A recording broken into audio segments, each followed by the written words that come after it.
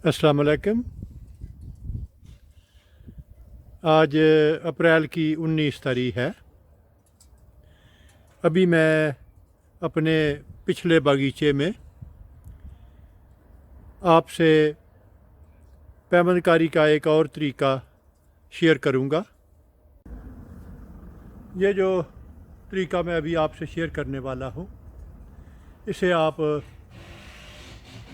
Ring graft का नाम दे सकते हैं या इसे आप ट्यूब ग्राफ्ट भी कह सकते हैं। तो इसका बुनियादी तरीका ये है कि जिस जगह पे, जिस शाख पे आपने पैबंद लगाना है, उसका आखिरी सिरा काटें। उसके ऊपर जितने ये शगुफ़े निकल रहे हैं, इनको एहतियात से बिल्कुल लकड़ी के बराबर रख के तो इनको इस तरह ट्रिम करें कि ये रुकावट ना बने, क्योंकि हमने इस शाख से छिलका उतारना है और यहाँ इसके ऊपर एक ट्यूब नुमा या रिंग नुमा चीज़ जो है वो इसके ऊपर चढ़ानी है। और पैबंद का ये तरीका सिर्फ़ उस वक़्त इस्तेमाल किया जा सकता है जब दरख्तों में सैप के बहाव का अरूज हो। अगर सैप की कमी होगी तो ये तरीका इसका एक हिस्सा जो है वो मुश्किलात पैदा करेगा, और हिस्सा वो ये है। मैं एक सायान लेके आया हूँ। इसके लिए ज़रूरी है कि आप दरख्त से जो भी वैरायटी आपने मुंतखब की है उसकी एक शाख का इंतखाब करें और उसे काट लें। ये मैं जेम्स ग्रीव वैरायटी की एक शाख लेके आया हूँ, और तरीका इसका ये है कि ये जो शगुफ़े निकल आए हैं ये हमारे काम के नहीं, लेकिन जो शगुफ़े हैं छोटे हैं वो उन्हें हम इस्तेमाल में ला सकते हैं। तो जो वैरायटी आपने जिसका पैबंद लगाना है उसके एक शगुफ़े का इंतखाब करें। ऊपर से ये कटाई हो चुकी है, उसके थोड़ा सा नीचे तकरीबन आधा इंच एक लकड़ी के चारों तरफ एक कटाई करें जो कि लकड़ी तक जाए, छिलके में से होती हुई। इसके बाद अगला मरहला ज़रा मुश्किल है, और वो ये है कि इस बड की हिफाजत करते हुए आपने इस छिलके को ऐसे ट्विस्ट करना है अपने अंगूठे और उंगली की मदद से, तो ये लकड़ी में से उतरता लूज़ हो जाएगा लकड़ी से।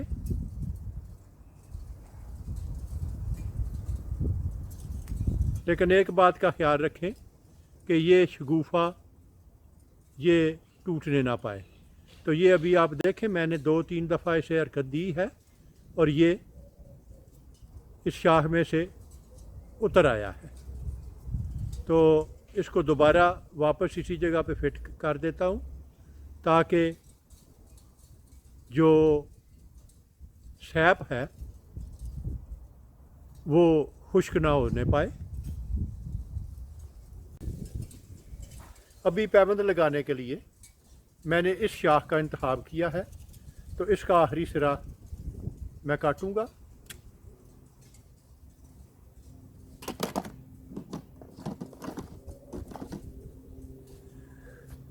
अभी जो इसके ऊपर शगुफ़े हैं ये जो निकल रहे हैं, इन्हें बिल्कुल लकड़ी के साथ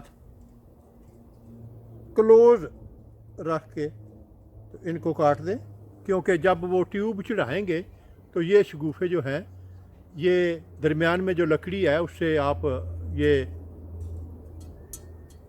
छिलका जब उतारेंगे तो वो रुकावट बनेंगे और वो उस ट्यूब को नीचे जाने से रोकेंगे। तो इसलिए यहाँ से छिलका उतारने से पहले बेहतर होगा कि आप उन तमाम शगुफ़ों को बिल्कुल लकड़ी के बराबर रख के काट लें। अभी इस पे एक या दो मुख्तलिफ एंगल से ये कटाई करें ताकि छिलका जो है वो आसानी के साथ उतारा जा सके।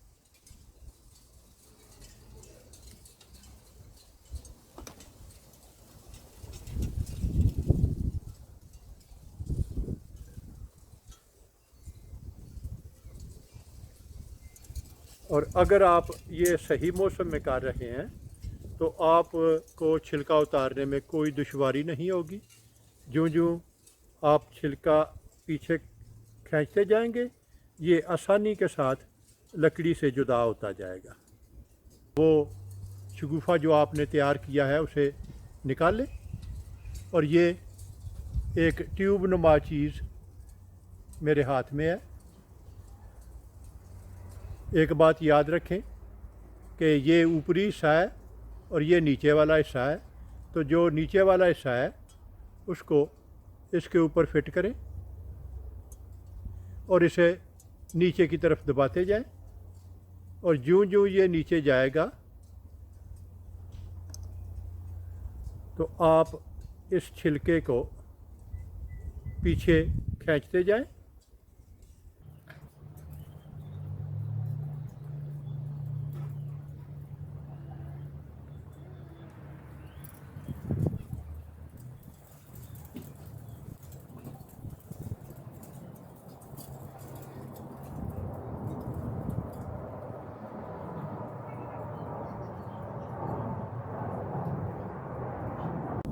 और जब आपके हाथ को महसूस हो कि ये काफ़ी हद तक टाइट हो गया है तो उसे रहने दें।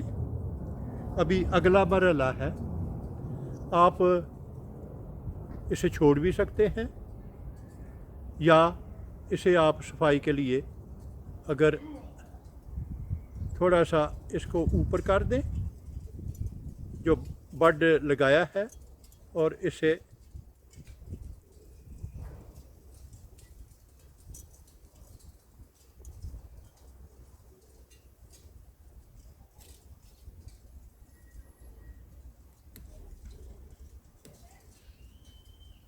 तो ये जो फालतू छिलका था इसे मैंने काट दिया है। अभी इसे वापस अपनी जगह पर फिट करें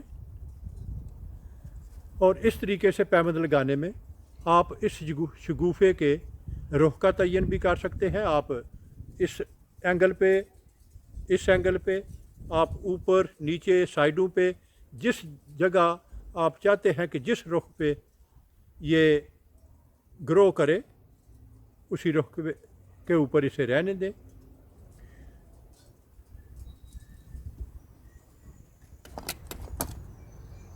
अभी अगला मरहला जो है वो है इसका बांधना। मैं इस तरीके में बहुत कम इस्तेमाल करता हूँ। वो जो पट्टियाँ मैंने काट के थे जिन्हें मैं पैबंद बांधने के लिए इस्तेमाल करता हूँ, क्योंकि पट्टी का इस्तेमाल जब एक या दो बार लगा के आप बांध देंगे और पट्टी को खींचेंगे तो निचला हिस्सा जो पट्टी के नीचे है वो तो वही रहेगा, लेकिन ऊपर वाला हिस्सा वो ऐसे ना ज्यों ज्यों आप पट्टी बांधते जाएंगे वो इस तरह ट्विस्ट होता जाएगा जो कि मुनासिब नहीं है। इसलिए मैं रबर बैंड का इस्तेमाल करता हूँ। तो रबर बैंड जहाँ से आपने छिलका नहीं उतारा उस जगह पे पहले ऐसे एक ये रबर बैंड यहाँ लॉक हो गया है। अभी इसको इस तरह आहिस्ता आहिस्ता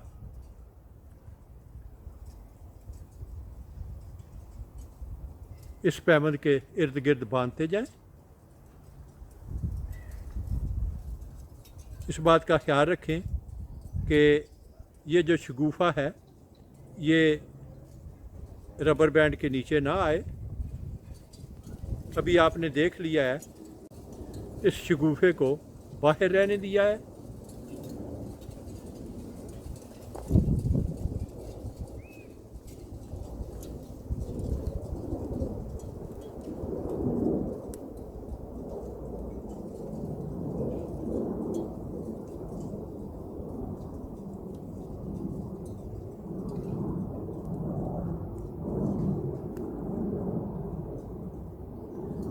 ये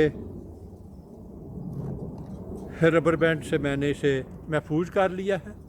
अगला मरहला है कि ये जो फालतू लकड़ी है इसे आप काट दें।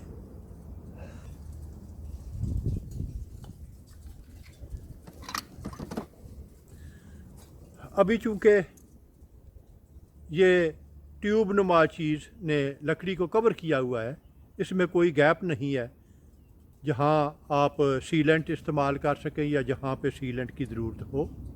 सिर्फ ये आखिरी सिरा है जहाँ से छिलका उतार लिया गया है, और अगर आप इस सिरे को सील कर दें तो ये खुश्क होने से बच जाएगा।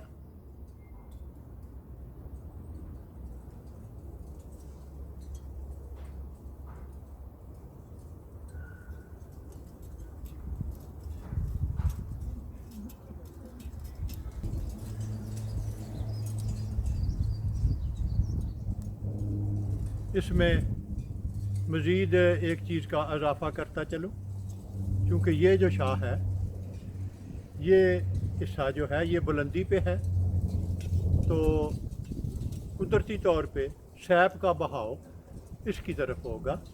तो अगर इस बुलंदी को कम कर दिया जाए और इसे ये जो है ये टॉप पे रहे, तो इसकी ग्रोथ के इम्कानात पहले से चंद गुना ज़्यादा हो जाएंगे, बेहतर हो जाएंगे।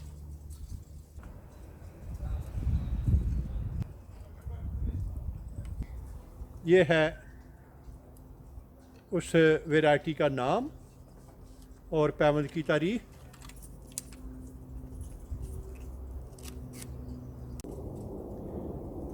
अगर आपको मेरा काम पसंद आए तो आप अपने दोस्त, अहबाब और रिश्तेदारों से शेयर करें। मेरा वजूद इस दुनिया में एक छोटे से छोटे नुक्ते से भी कई मिलियन छोटा है। अगर आप एक दफ़ा मुझे गुम कर देंगे तो फिर शायद आपके लिए मुझे ढूंढ निकालना मुश्किल हो जाए। तो क्यों ना इससे बचने के लिए आप मेरे चैनल को सब्सक्राइब करें, तो आपके लिए मुझ तक रसाई आसान होगी। शुक्रिया।